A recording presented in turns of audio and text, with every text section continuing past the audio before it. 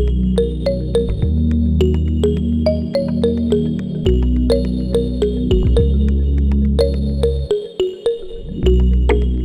Tag und herzlich willkommen auf meinem YouTube-Kanal German Made Easy from Scratch. Ich heiße Louise und ich unterrichte seit über 40 Jahren Deutsch. Mein Ziel für heute ist, den deutschen Satzbau durchzuführen. Sehr wichtig für die Schüler und Studenten, die bald eine Prüfung ablegen müssen. My name is Louise and I am teaching German for over 40 years now, and my aim for today is to go through the structure of the German sentence. So did you get that right? It's important for anybody doing exams now very shortly, because you have to have your German structure, the structure of the sentence correct. Right, so los geht's. Aber bevor wir anfangen, before we start, vergesst nicht, don't forget to like und zu abonnieren and to subscribe.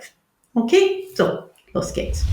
So, wie bildet man einen Satz auf Deutsch? How do you form a sentence? So you have here, ich fahre heute mit dem Bus in die Stadt. Now, I just want to draw your attention to fahre here on the second position, the verb.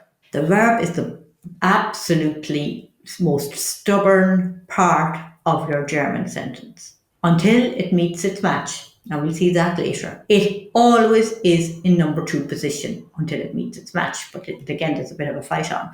But you have fahre in your basic sentence. Your verb will always be in the second position. Your conjugated verb. Now that's important. Your conjugated verb. Now if you don't understand the meaning of the verb to conjugate, I'll explain for you now. So it's for example, ich spiele, du spielst, sie ist, man spielt, or ich bin, du bist. It's how you to conjugate your verb. So the verb, your conjugated verb, is in number 2 position. And it's quite stubborn about it. They're not going to budge from number 2 position. That's it. Now, we'll see what have after that. We have wann, heute. I'm just putting heute. Ich fahre heute, because heute I'm doing it in the present tense. I personally haven't touched any of the past tenses with you yet, but you most probably have. And you could have other times like yesterday or last week or next week or whatever. Heute is what I've chosen for today. So heute. And then how, wie, mit dem Bus. And wohin or wo, if you need to have it, in die Stadt. So ich fahre heute mit dem Bus in die Stadt. So your German basic word order is the verb is in number 2 position.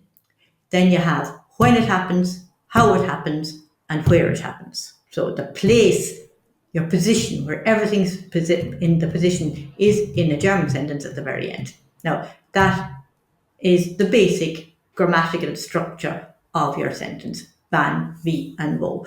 Now there is another addition to that you don't see in many of the current grammar books have noticed. You could have ich fahre heute wegen des schlechten Wetters mit dem Bus in die Stadt. So the warum, why, comes after the wann. So again, the verb always in number 2 position. I can't stress that enough. The most stubborn of them all. Ich fahre heute wegen des schlechten Wetters mit dem Bus in die Stadt. So you have wann, warum, wie, und wo. And that's your basic German word order, or the initial parts of each of your sentence. Wann, warum, wie, and wo. And your verb, not your doer of the verb, just the verb, always in second position. There's a degree of flexibility about all these ones here. And that flexibility has arisen, in my opinion, is that what you hear first, what goes into your ear first, is what you remember first. So this can happen. Watch. Oh yes, and you can call that te camolo, by the way, the temporal, causal, modal, and local. That's warum, wann, wie, and wo. That's called te camolo. I learned it like that in college, but now I don't see te camolo written in many places at all. But I liked it when I was learning it, but you might as well. But anyway, I'm going to continue on with this. Heute fahre ich wegen des schlechten Wetters mit dem Bus in die Stadt. So I started here with my wann, which is allowed, by the way. Wann, when, was the first thing you hear, and maybe heute was the most important part of the sentence that you needed first. But what remains in number 2 position? Only the verb. Heute fahre ich, and ich then becomes into number 3 position. And then wegen des schlechten Wetters mit dem Bus in die Stadt. So there's a degree of flexibility there. But there's absolutely no flexibility here. Mit dem Bus fahre ich heute wegen des schlechten Wetters in die Stadt. Again, you can see the flexibility. All of these can come in first, but what always must remain second is the verb. And it's your conjugated verb.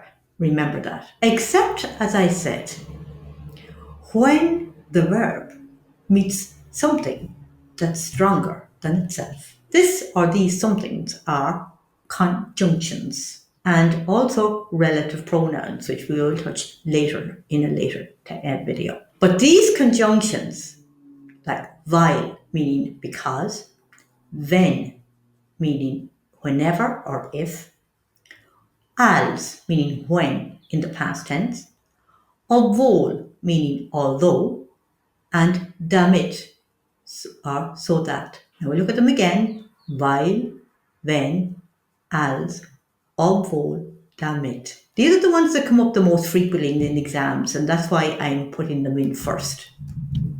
Take a good look. Heute fahre ich mit dem Bus in die Schule, Komma, weil das Wetter schlecht ist. What did weil do to the verb? It threw the verb to the end. So the verb after weil is not in the second position. The verb has been booted to the furthest place they could get to the end of the statement. So weil, it gave it, as I say, a good left hook, throws the verb to the end, and it has to be something pretty strong to shift it from the second position. And weil is strong. Another example of those ones. Wenn das Wetter schlecht ist, look where the verb went here, down as far as the comma. But you have solidarity. Fahre ich in die Schule. Or you could say fahre ich mit dem Bus. I write that in, just to keep everything right. Mit dem Bus in die Schule. You can do that. But look what happened here. Wenn booted the verb to the end, the conjugated verb is, but a bit of solidarity here. Another verb stepped in to keep it company. So you'll have them together. So if one verb is booted to the end and you have a next clause coming in, you'll have another verb to start with it. They keep one another company. So wenn das Wetter schlecht ist, fahre ich mit dem Bus in die Schule. Look at this one, another example. Obwohl das Wetter schlecht ist, gehe ich zu Fuß zur Schule. Obwohl das Wetter schlecht ist. Although the weather is bad. Look at the verb again. Gehe ich zu Fuß zur Schule. So there's another.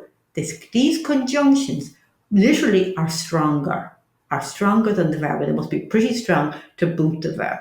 But a verb, they always stick together. So the next clause came in and there was a verb right beside it just to keep it company. Bit of solidarity there. Als, meaning when in the past tense. Als Otto mich sah. When Otto saw me, kam sofort herüber. He came straight over. Und damit, heute trage ich einen Mantel, damit ich nicht friere. So that I don't freeze. I'm wearing an overcoat so that I don't freeze. So, heute trage ich einen Mantel, damit ich nicht friere.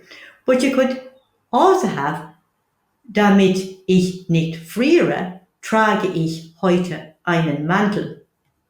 Again, they will look after one another, those verbs. They certainly will. If humans were the same. Und wenn ich mit dem Bus fahre, whenever I go by bus, ist das Wetter immer schlecht. So there you have conjunctions. But you have ones that cause no word order change at all. And it has the same word order as in English. So you have und, meaning and, oder,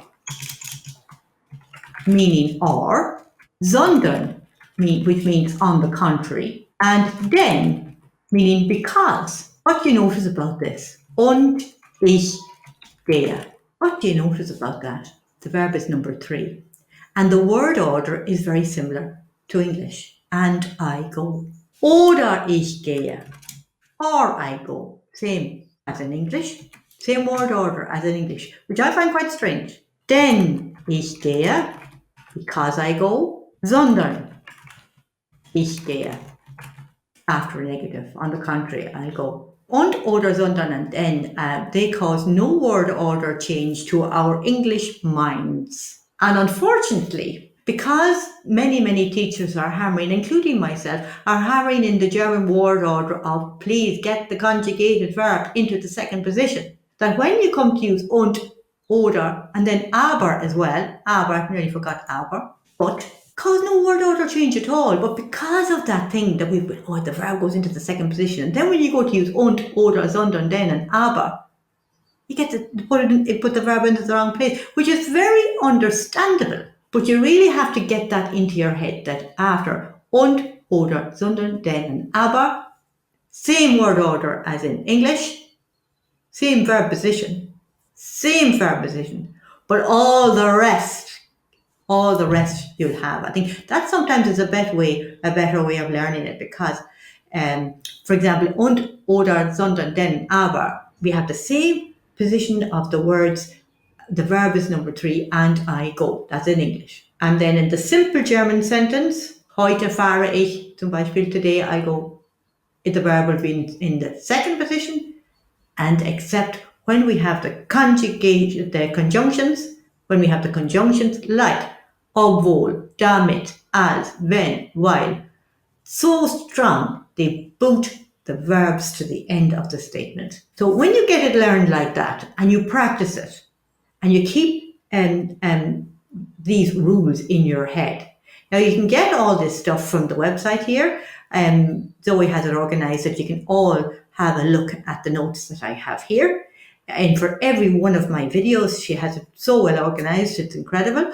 So you're able to access all the notes. You've no excuse. So I'm really hoping that after this video, you won't make any more word order mistakes. So that's the best I can do for you. And if there's anything else I can do for you, don't forget to tell me. Write it in the commentary. Because again, I got somebody asking me to go through the oral exam for in the Irish context. I'll do that at a separate video. I think that would be important because I have to look after anyone who's local to me as well. Okay, so we leave it at that for today. Bis zum nächsten Mal beim German made easy from scratch.